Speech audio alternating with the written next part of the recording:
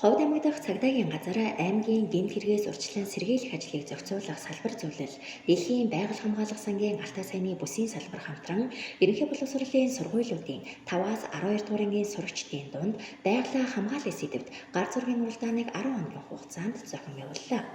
Байгалийн хамгааллын аяны хүрээнд зохион явуулсан уг гар зургийн уралдааны зорилго нь хүрээлэн буйрчны эсрэг гэмт хэрэг зөрчлөөс урьдчилан сэргийлэх, иргэд олон нийтийн эрх зүйн мэдлэг ойлголтыг дээшлүүлэхэд чиглэсэн байна.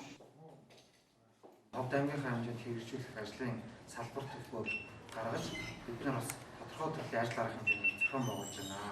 За энэ арга хэмжээний хүрээний маань нэг томоохон ажлын нэг бол энэ ерөнхий боловсролын сургуулийн сурагчдын дунд байгалаа хамгааллын сэдвт гар зэргийн уралдааныг зохион байгуулсан байна. Уралдаанд Ховд аймгийн Алтай, Булган, Ховд, Уянч, Манхан, Зэрэг, Дарив, Жаргаланд буйн цундын ерөнхий боловсролын сургуулийн 53 сурагчийн 58 бүтээл ирсэн байна. Үүнээс эхний 5 байрыг шалгаруулж өргөмжлөл мөнгөн шагналаар шагнаж урамшуулсан юм. Тодорхойлбол 1-р байранд 12 жилийн 1-р сургуулийн 8-ын Б ангийн сурагч Хуслан, 2-р байранд Манхан сумын 12 жилийн дунд сургуулийн 12-ын Б ангийн сурагч Од Гэрэл, 3-р байранд Зэрэг сумын 12 жилийн дунд сургуулийн 7А ангийн сурагч Намун, 4-р байранд Уян сумын 12 жилийн дунд сургуулийн 12-ын А ангийн сурагч Мөнхтул, 5-р байранд Дарив сумын 12 жилийн дунд сургуулийн 10-ын А ангийн сурагч Ингэцэг нарын бүтээл шалгарлаа. Дэлхийн байгаль хамгаалах сангаас зохион явуулж байгаа гар зургийн уралдаанд 2-р байр эзэлсэн. Маш их баяртайгаа. Энэ тэмцээнд би 4 зургаар оролцсон байгаа. Тэгээд 2-ын далд утгаар, нөгөө 2-ын ил утгаар зурсан байгаа. Нэг зурган дээр болохоор гар байгаа. Гарн дээр энэ мэдээ ил утга нь энэ байгаль орчноо хайрлыг суудахтаа ингээ моднууд ингээд барьсан байгаа.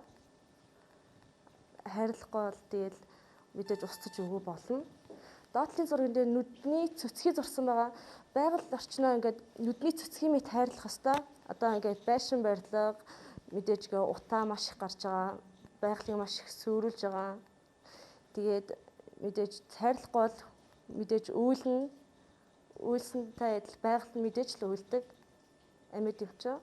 Нөгөө зурган дээр болохоор цагдаа нар, хүүхдүүд, эцэг их байгальд ихлхийг хайрлаж байгаа. Дархан цаацтай газраа. Одоо нөгөө зурган дээр болохоор цагдаа тэгээд хүн мэдээж хамгийн их усүр нь одоо хүн буруу үйл хийжээс л байгалыг өгөө болгож байгаа. Мэдээж тэрний эсрэг цагдаа байх ёстой. Хамгаалагч цагдаа мэдээж л хамгаална. Хүмүүс сүйтгэдэг тэрнтэй тэнцээ гэсэн утгатай. Тийм зураг зурсан байгаа. Сайн мэцгааны намайг Хүслэн гэдэг 1-р Ховд аймгийн Жаргалан цумын 1-р сургуульд сурдаг.